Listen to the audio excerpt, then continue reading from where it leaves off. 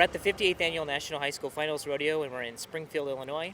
This is the third year that we've been here. We first came in 2000 and in 2001, and we had a great time. The kids loved it, the personnel loved it, so this is our return here. All right, where you at, Illinois?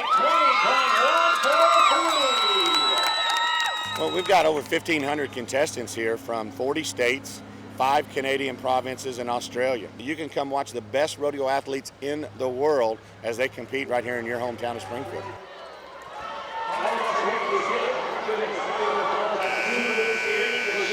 Well, at this level, you compete on a state level. Each state has rodeos throughout the year, and you've got to be the top 4 from your state in each event to even come to Springfield. The thing about it is, we read these bios on these young kids up here. 90% of them have a 4.0 grade point average. You know, they're the who's who among the Society of High School Students. So they're very, very talented young people, not just in the rodeo arena, but academically.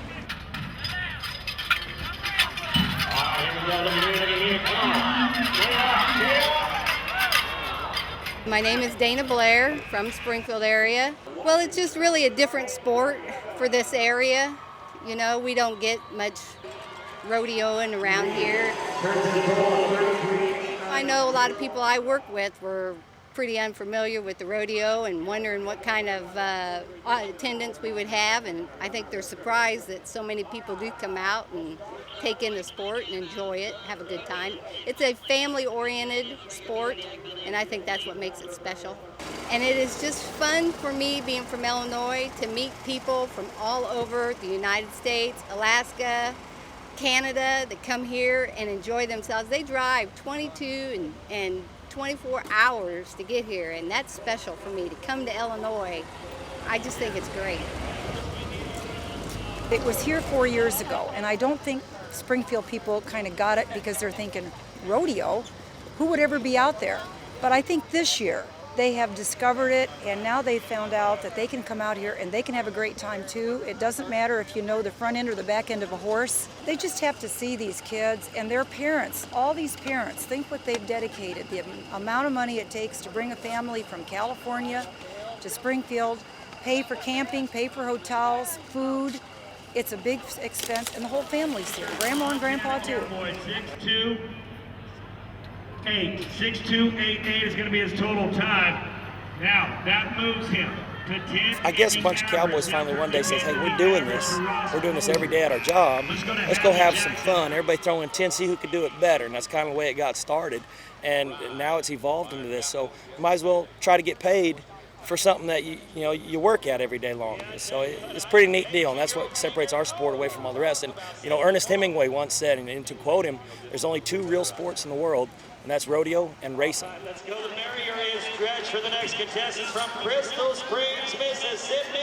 In the steer wrestling, just like the other timed events, you start from behind the barrier. You ride out and you kind of position yourself on the side of your horse to catch the steer, grab the steer around, and then pretty much wrestle him to the ground by the nose. Nebraska High School Rodeo Association Vice President. Usually once you get onto the steer, you usually want to grab him put your right arm around his right horn, and then get your left arm pushing his left horn down.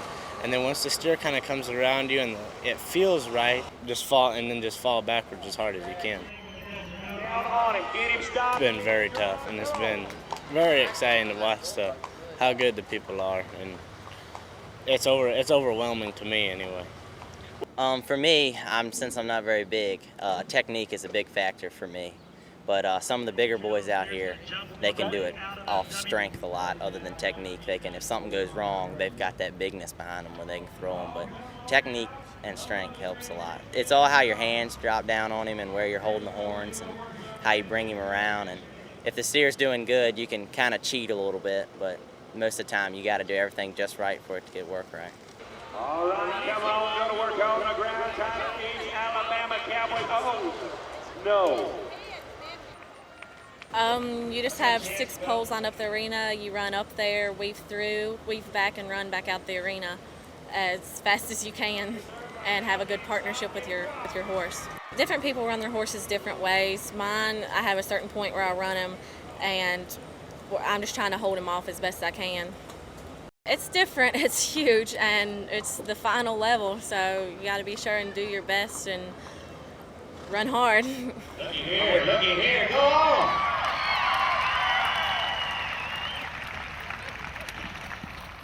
Team roping is where you have 2 horses and a steer and 2 people, and one of them ropes the head and the other one ropes the feet. I'm the header, I rope the head. My job is to rope the head and turn him across the pen, that way my heeler can catch the feet. We try to practice anywhere from 3 to 4 nights a week, probably 2.5, 3 hours at a time. Practice like you rodeo, just do everything the same.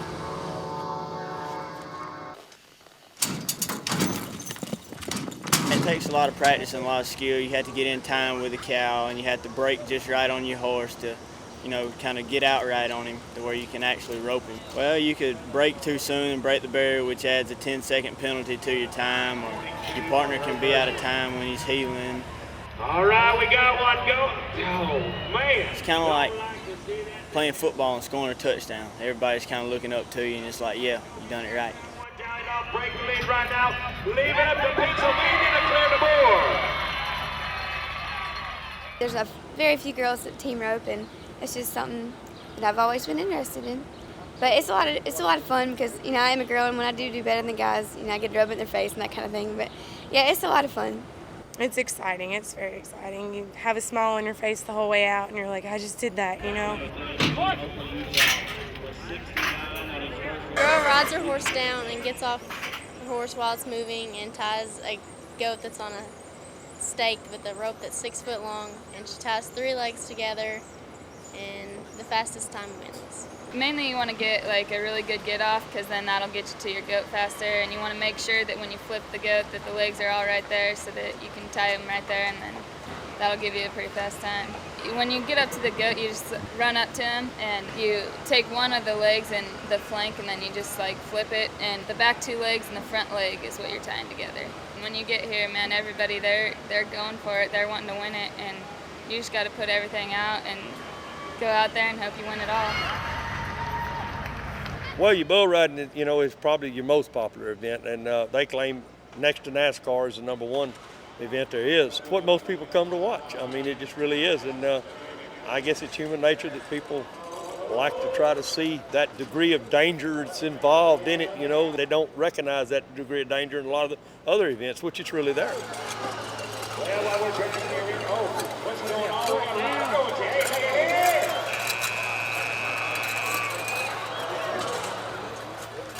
Nah, it's just what we like to do, eh? Just like people go jump on a motorbike every weekend. I wouldn't do that.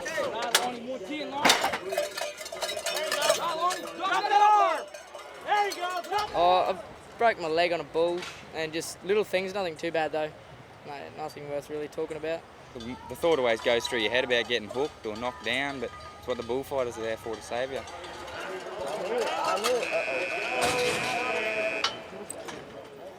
It gives you something to think about during the week, I reckon. Makes the week go quicker if you do get a little bit of pain.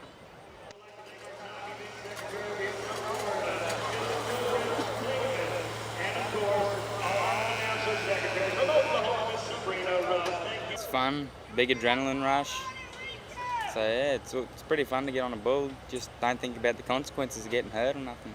It's little things. Well, I always say it's little things. You don't want to do anything big. You want to make sure you have your form, make little moves. Just make sure you sit up, make a pretty ride. Make sure you're not thinking about the girl you were messing with 20 minutes before the bull ride. It's just nothing but bull riding.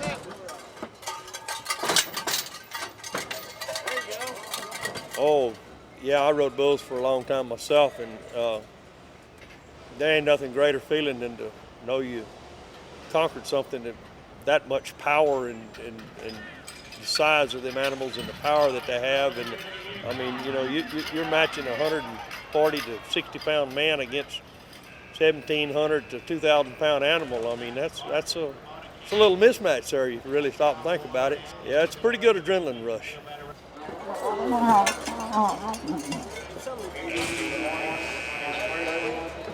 Well, my name's George Yoakum, and we're with Fastlane Rodeo Hats and Emporium. So we sell hats and we sell bling bling merchandise, jewelry, whatever. And we're here at the trade show, the National High School Finals Rodeo, and it's Springfield, Illinois this year, as you guys well know. The look of the hat, you can immediately tell the interest level or sometimes even the events that they're working.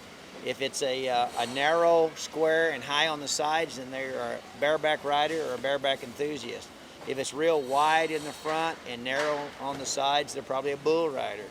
I usually ask them, where are you from and what's your favorite event? And then I almost know, generally close to the idea, shape. And that's what makes a hat good looking. And then we have a lot of people say, I just want a tractor hat. Now, if they say you want a tractor hat, they're asking for a big brim, lots of shade, so they can work under shade no matter where they're at.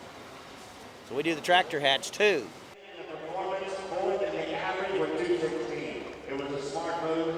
There's a lot of people who weekend rodeo only, and to them, they have a full-time 9-to-5 job.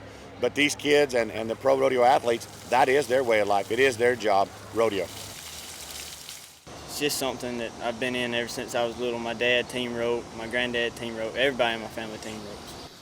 I have been riding horses since I was 2. I started showing horses when I was 5, and then I started high school rodeo when I was a freshman.